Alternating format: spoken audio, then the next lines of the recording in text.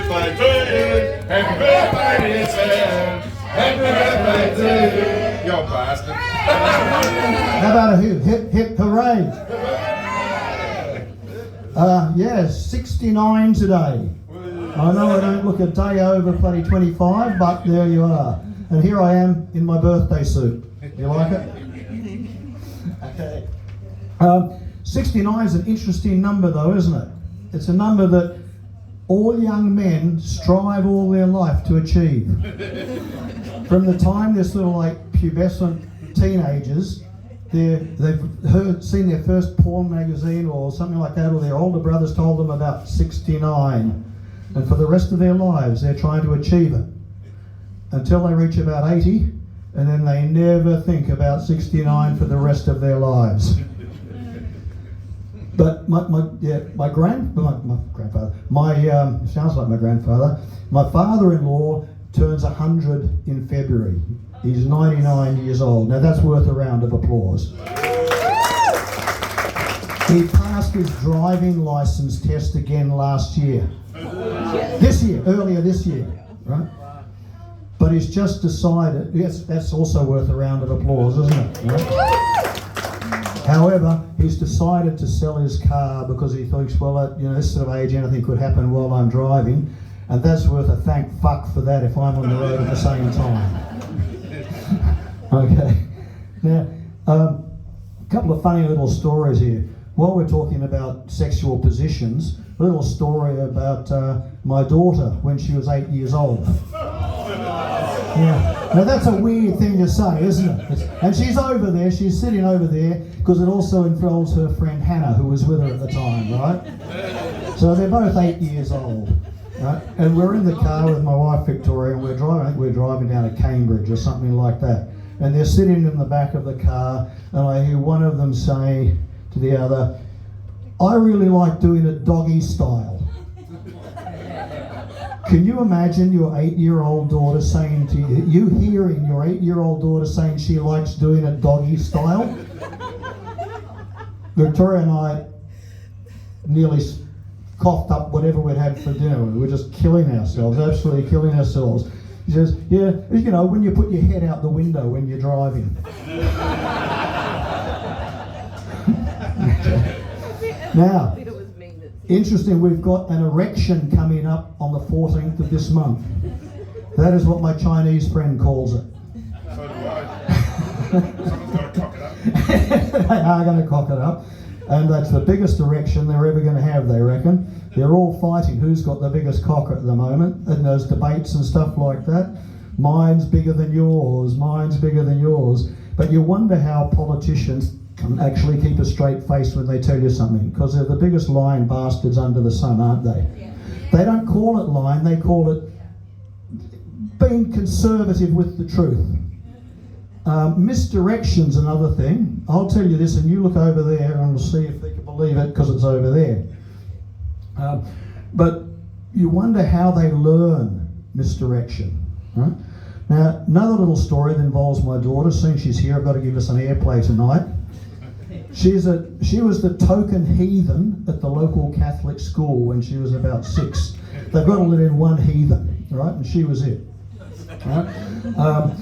So the Catholic school had this rule that you can't wear jewellery unless it's of religious significance or very, very, very personal significance.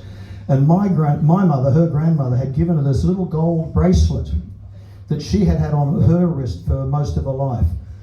And the Catholic school teacher, whatever she was, nun or whatever she was, said, sorry, you're going to have to take that off because it's not a religious thing.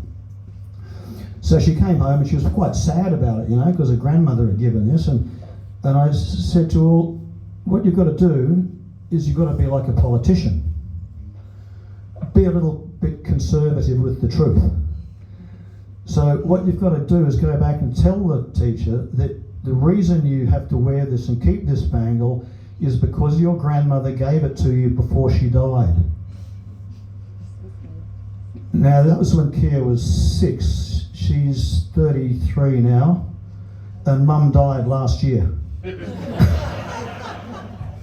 So a little bit of sort of leeway there with the truth, but it like a politician that tricked the punters. Okay. Now, if you think about the debates, has anyone seen any of the debates? Yeah, you've seen a couple of the debates. Again, it's who's got the biggest stick in the debate, isn't it? Who can shout, who can talk over the top of the other person the most, and who can do this and who can do that. But have you ever heard one of the politicians fart in the middle of a debate? No, they don't tend to do that, do they? Right? But if they did, you can imagine Chris Hipkins and Christopher Luxon sitting up on the thing, and Paddy Gower or someone like that, they're grilling them, and suddenly one of them is asked a really hard question, and one of them just lets rip a big fart. And in fairness to say, it's Hipkins that lets rip this big fart. So Luxon looks at him and, he sympathises with the poor guy. So he lets out a great big fart in return. So Paddy Gower says, I suppose that's a partisan decision then, is it? Bipartisan. But farting's an interesting thing too, isn't it? Because farting's one of those things that when you're a baby, everyone thinks it's really funny when their little child laughs. Who's got kids here? Me. You got kids? How old are they? How old's your... Not 5 months. 5 months. but she farts all the time. They fart all the time. And when they fart, you go, he's just farting. Well, you call it something like a windy puff or something like that, don't you? Oh, he's done a little windy puff. When he gets a little bit older, you say, and he farts in front of your auntie or the granny or something, you say, don't fart like that. And the little kid learns to tighten his sphincter, I'm not supposed to do that. His little sphincter learns to tighten up like that. And that's what politicians do. They learn to tighten that sphincter like tightening a drum, it's amazing.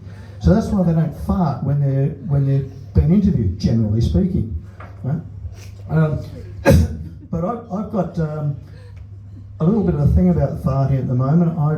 I'm a bit obsessed with climate change. Is anyone here interested in climate change? You heard how the cows are farting a lot? Cows are farting and destroying our planet. So I've got a solution to that. Has anyone ever here lit a fart? Put your hand up if you've lit a fart. Come on, guys. We've all lit farts, haven't we? Come on. Be truthful here, right? Methane gas, which is what a fart is very flammable, right?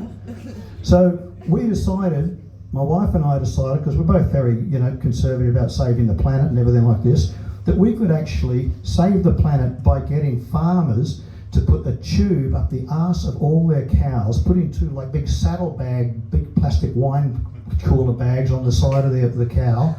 And as the cow eats grass all day, when he comes back into the shed that night, not only do they milk the cow, but they take the methane gas out of it, and you can run your car on it.